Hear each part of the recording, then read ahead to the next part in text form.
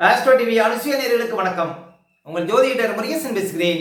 இன்றைய வீடியோவில் மகர ராசிக்காரர்களுக்கு இந்த மே மாதத்தில் என்னென்ன பலன்கள் நடக்க இருக்கிறது என இன்றைய வீடியோவில் நாம் பார்க்க இருக்கிறோம். தமிழுக்கு குரோதி வருடம் சித்திரை மாதம் 18ஆம் தேதி முதல் வைகாசி மாதம் 18ஆம் தேதி வரை, ஆங்கில தேதிக்கு மே மாதம் 1ஆம் தேதி முதல் 31ஆம் தேதி வரை. மகர ராசிக்காரர்களுக்கு இந்த மே மாத கிரக நிலவரங்களை பார்த்தோமானால், ராசிக்கு 2ஆம் இடத்திலே சனி பகவான், 3ஆம் இடத்துல செவ்வாய் புதன் ராகு, 4ஆம் இடத்துல சூரியன் சுக்கிரன், 5ஆம் இடத்துல குரு, 9ஆம் இடத்துல கேது சஞ்சரிக்கிறார்கள். அதே போல இந்த மாத கிரக பயிற்சிகளை பார்த்தோம்னா, மே மாதம் 1ஆம் தேதி முதல் குரு பகவான் ராசிக்கு 5ஆம் இடத்திலே ஒரு வருடம் சஞ்சாரம் செய்திருக்கிறார். மே மாதம் 6ஆம் தேதி புதன் ராசிக்கு 4ஆம் இடத்திலையும், மே மாதம் 14ஆம் தேதி சூரிய ராசிக்கு 5ஆம் இடத்திலையும், மே மாதம் 20ஆம் தேதி சுக்கிர ராசிக்கு 5ஆம் இடத்திலையும், மே மாதம் 24ஆம் தேதி புதன் பகவான் ராசிக்கு 5ஆம் இடத்திலையும் சஞ்சாரம் செய்திருக்கிறார்கள். அதே போல மே மாதம் 31ஆம் தேதி செவ்வாய் பகவான் ராசிக்கு 4ஆம் இடத்துல ஆட்சி நிலையில் அமர இருக்கிறார். இதான் பார்த்தீங்கன்னா இந்த மாத கிரக பயிற்சிகள். மகர ராசிக்காரர்களுக்கு இந்த மாதம் எப்படி இருக்கும்? இப்போ மகர ராசிக்காரர்களுக்கு உங்கள் ராசிக்கு அதிபதினு சொல்லக்கூடிய சனி பகவான் ராசிக்கு 2ஆம் இடத்திலே பலமாக சஞ்சாரம் செய்து கொண்டிருக்கிறார். மகர ராசிக்காரர்களுக்கெல்லாம் பாத சனி தற்போது நடந்து கொண்டிருக்கிறது. கிட்டத்தட்ட இன்னும் ஒரு வருடம் மகர ராசிக்காரர்களுக்கு பாத சனி இருக்கு. சனி பகவான் ராசிக்கு 2ஆம் இடத்துல சஞ்சாரம் செய்யக்கூடிய காலகட்டங்களில் கண்களில் பற்களில் சின்ன சின்ன பிரச்சனைகள் இருக்கும். ஆனால் பணப்புழக்கத்துக்கு குறைவு இருக்காது. பொதுவாக சனி 2ஆம் இடத்துல பாத சனியாக சஞ்சாரம் செய்யக்கூடிய காலகட்டத்தில் புதுசாக வீடு கட்டுறது, இடம் வாங்குறது, அசிய சொத்துல முதலீடு செய்வதெல்லாம் சிறப்புங்க. ஏன்னா சனி பகவான் போகும்போது, அதாவது உங்கள் ராசியை விட்டு முழுமையாக விலகக்கூடிய காலகட்டத்தில் ஏதாவது ஒரு அதிர்ஷ்டத்தை கொடுக்கும். அப்போ இந்த பாத சனியில் மகர ராசிக்காரர்கள் வீடு கட்டாதவர்கள் வீடு கட்டணும்னு நினச்சா இந்த காலகட்டத்தில் அந்த வீட்டை சிறப்பாக செய்து முடிக்க முடியும், சிறப்பாக கட்டி முடிக்க முடியும். அப்போ 2ஆம் இடத்துல சனி சஞ்சாரம் செய்வது பாருங்க உங்களுக்கு வீடு கட்டக்கூடிய யோகத்தை கொடுக்கும். மகர ராசிக்காரர்களுக்கு பொதுவாக ராசிக்கு 2ஆம் இடத்துல சனி சஞ்சாரம் செய்யும்போது அவமானம்ங்கிறது தானாக தேடி வரும். சின்ன சின்ன அவமானங்கள் வரும். மேலும் சனி உங்கள் ராசி விட்டு விலகின பிறகு இன்னும் நிறைய அதிர்ஷ்டங்களை மகர ராசிக்காரர்கள் பார்க்க முடியும். அதே போல பாருங்க, செவ்வாய் பகவான் ராசிக்கு 3ஆம் இடத்திலே சஞ்சாரம் செய்கிறார். இந்த மாதம் முழுவதும் செவ்வாய் 3ஆம் இடத்தில் இருப்பார். செவ்வாய் மகர ராசிக்காரர்களுக்கு 4க்கும் 11க்கும் அதிபதிங்க. செவ்வாய் வீட்டில் சூரியன் உச்சமாக இருக்கிறார். அப்போ செவ்வாய் 3ஆம் இடத்தில் இருக்கும்போது நல்ல அதிர்ஷ்டங்களை கொடுக்கும். செவ்வாய்க்கு 3ஆம் இடம் சிறப்பான இடம். மேலும் 4ஆம் அதிபதினு சொல்லக்கூடிய செவ்வாய் 3ஆம் இடத்துல அமர்ந்து ராகுவை நோக்கி பயணிக்கிறதுனால தாயார் ஆரோக்கியத்தில் கொஞ்சம் கவனம் செலுத்தணும். அதே போல் 4ஆம் அதிபதி தன் வீட்டுக்கு மறைவாக ராகுவை நோக்கி பயணிப்பதனால ஏதாவது சொத்துக்கள் விற்கணும் அப்படின்னா மே மாதம் 31 தேதிக்கு பிறகு சொத்துக்கள் விற்பது நல்லது. அதுக்குள்ளே பார்த்தீங்கன்னா அந்த சொத்தில் ஏதாவது வில்லங்கங்கள் இருக்கும். இப்போ நீங்கள் ஏதாவது புதுசாக இடம் வாங்குறீங்கன்னா அதில் ஏதாவது வில்லங்கம் இருக்கா, பிரச்சனை இருக்கான்னு பார்த்து வாங்கணும். ஆனால் வீடு கட்டாதவர்கள் வீடு கட்டலாம், அது ஒன்றும் பிரச்சனை இல்லை. ஏன்னா சனி பகவான் 2ஆம் இடத்துல இருப்பது சிறப்பு. அதே போல் லாபத்துக்குடைய செவ்வாய் 3ஆம் இடத்துல ராகுவை நோக்கி பயணிக்கிறார். லாபத்துக்கு குறைவு இருக்காது. செவ்வாய் 3ஆம் இடத்துல இருக்கும்போது நல்ல தைரியத்தை கொடுக்கும், ஒரு அசட்டு துணிச்சலை கொடுக்கும். ஏன்னா செவ்வாய் ராகு எல்லாம் 3ஆம் இடத்துல ஒரு பலம் தான். கோச்சாரத்தில் செவ்வாய் ராகுக்கு 3ஆம் இடம் சிறப்பான இடம். அப்போ செவ்வாய் ராகு 3ஆம் இடத்துல இருப்பது நல்ல ஒரு மன ஊக்கத்தை கொடுக்கும், மன தைரியத்தை கொடுக்கும். அதே போல் இப்போ சூரியன் பார்த்தீங்கன்னா ராசிக்கு 4ஆம் இடத்துல சஞ்சாரம் செய்கிறார். 8 குடைவன் வலுத்து இருக்கிறார். அவரோட 5ஆம் அதிபதி சேர்ந்திருக்கிறார். பொதுவாக 5ஆம் அதிபதியும் 8ஆம் அதிபதியும் சேர்ந்தாலே பாருங்க திடீர் அதிர்ஷ்டங்கிறது தேடி வரும். இப்போ மகர ராசிக்காரர்களுக்கு மே மாதம் 14 தேதிக்குள்ள ரேஸு, லாட்டரி போன்ற விஷயத்தில் ஏதாவது பரிசு கிடைப்பதற்கு வாய்ப்பு இருக்கு. அதே போல் திடீர் அதிர்ஷ்டங்கிறது கட்டாயம் இருக்கும். உங்களுடைய பிள்ளைகளுடைய ஆரோக்கியத்தில் கொஞ்சம் கவனம் செலுத்துங்க. அதே போல் பூர்வீகத்தில் ஏதாவது பிரச்சனைனா அந்த பிரச்சனையை கொஞ்சம் தள்ளி போடுவது நல்லது. மே மாதம் 14 தேதி வரையும். மேலும் சூரியன் 5ஆம் இடத்துக்கு போகிறாரு. இது பார்த்தீங்கன்னா சிறப்பு.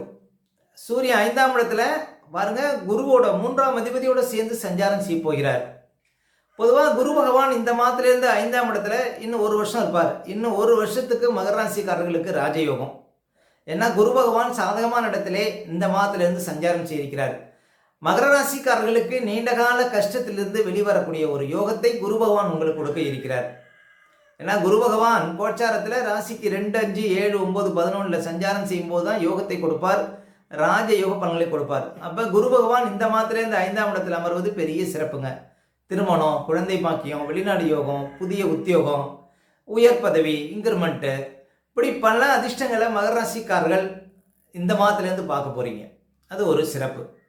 அதே போல் சூரியன் 5ஆம் இடத்தில் இருப்பது 3க்கும் 8க்கும் அதிபதி அப்படின்னு சொல்லக்கூடிய 2 பேரும் 5ஆம் இடத்துல கோணமேறி வலுவாக இருக்கிறாங்க. கணவன் மனைக்குள்ளே கொஞ்சம் விட்டு கொடு செல்வது நல்லது. மற்றபடி பார்த்தீங்கன்னா உங்களுக்கு 5ஆம் இடத்துல சூரியன், குரு கெடுபலன்களை கொடுக்க மாட்டார்கள். அதே போல் சுக்கிரன் பார்த்தீங்கன்னா உங்களுக்கு மாத ஆரம்பத்தில் ராசிக்கு 4ஆம் இடத்துல சஞ்சாரம் செய்கிறார். சுக்கிரன் பார்த்தீங்கன்னா மகர ராசிக்காரர்களுக்கு முதல் தர யோகாதிபதினா சுக்கிரன் தான். ஏன்னா அவர் 5க்கும் 10க்கும் அதிபதி. அவர் ராசிக்கு 4ஆம் இடத்துல சஞ்சாரம் செய்கிறார். பொதுவாக சுக்கிரனுக்கு கோட்சாரத்தில் 4ஆம் இடம் வலுவான இடம் தான். 4ஆம் இடத்துல திக்பலம் பெறுவார் சுக்கிரன். அப்போ சுக்கிரன் 4ஆம் இடத்துல இருப்பது சிறப்பு தான்.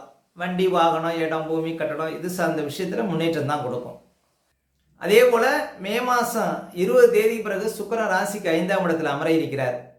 பாருங்க, மகர ராசிக்காரர்களுக்கு சுக்கிரன் யோகாதிபதி, முதல் தர யோகாதிபதி. அவர் 5ஆம் இடத்துல ஆட்சி நிலையில் அமர இருக்கிறார். கூடவே பாருங்க, உங்களுக்கு குரு பகவான், 8ஆம் அதிபதி சூரியன், இவங்கெல்லாம் சஞ்சாரம் செய்திருக்கிறார்கள். இதுவும் பார்த்தீங்கன்னா திடீர் அதிர்ஷ்டத்தான் கொடுக்கும். ஏன்னா 5ஆம் அதிபதி சுக்கிரனும் 8ஆம் அதிபதி சூரியனும் உங்களுக்கு குருவோடு சேர்ந்து 5ஆம் இடத்துல சஞ்சாரம் செய்வதும் மிகப்பெரிய சிறப்புங்க. அப்போ மகர ராசிக்காரர்களுக்கு இந்த குருட்டு அதிர்ஷ்டம் அடிப்பதற்கு வாய்ப்பு இருக்குது. இப்போ ஏதாவது ரேஸு, லாட்டரி போன்ற விஷயத்தெல்லாம் பரிசு கிடைப்பதற்கு இந்த மாதம் ஒரு சிறப்பான மாதமாக விளங்கும்.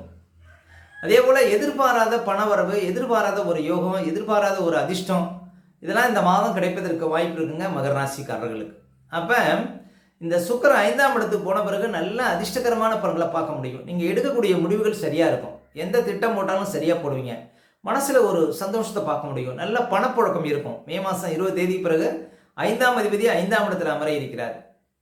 அப்போ ஒரு யோகாதிபதியோடு பாருங்கள், சூரியன், குரு எல்லாம் 5ஆம் இடத்துல இருப்பது மிகப்பெரிய அதிர்ஷ்டம். 5ஆம் இடம் அதிர்ஷ்டத்தை சொல்லக்கூடிய ஒரு முக்கியமான ஸ்தானம். அந்த இடத்துல கிரகங்களுடைய சஞ்சாரம் உங்களுக்கு சிறப்பை கொடுக்கும், அதிர்ஷ்டத்தை கொடுக்கும். அதே போல் புதன் பகவான் பார்த்தீங்கன்னா உங்களுக்கு கிட்டத்தட்ட ஒரு 2-3 மாதங்களாக 3ஆம் இடத்துல நீச்ச நிலையில் இருந்தால் தகப்பனாருக்கு ஆரோக்கியத்திலலாம் சின்ன சின்ன பிரச்சனைகள் இருந்திருக்கும். ஆனால் மே மாதம் 6 தேதிக்கு பிறகு புதன் 4ஆம் இடத்துல அமர இருக்கிறார். மகர ராசிக்காரர்களுக்கு யோகாதிபதி புதன் 4ஆம் இடத்துல இருக்கும்போது தாயாருக்கு அதிர்ஷ்டத்தை கொடுக்கும். தாயாருக்கு இருந்த கஷ்டங்கள் மாறும். எப்போன்னு பார்த்தீங்கன்னா ஒரு மே மாதம் 6 தேதிக்கு பிறகே ஒரு நன்மை, தாயாருக்கு நன்மை உண்டு, தாய் வழி ஆதாயம் உண்டு அப்படின்னு சொல்லலாம். அதே புதன் 5ஆம் இடத்துக்கும் போகிறார். மே மாதம் ஒரு 24 தேதிக்கு பிறகு புதன் 5ஆம் இடத்துலையும் சஞ்சாரம் செய்வார். புதனுக்கும் 5ஆம் இடம் சிறப்பான இடம் தான். அப்போ புதனால் ஒன்றும் உங்களுக்கு பாதிப்பு இருக்காது. மகர ராசிக்காரர்களுக்கெல்லாம் குரு பகவானுடைய சஞ்சாரம் மிகச்சிறந்த ஒரு நற்பலன்களை, மிகச்சிறந்த அதிர்ஷ்டத்தை கொடுக்க இருக்கிறது இந்த மாதத்திலிருந்து.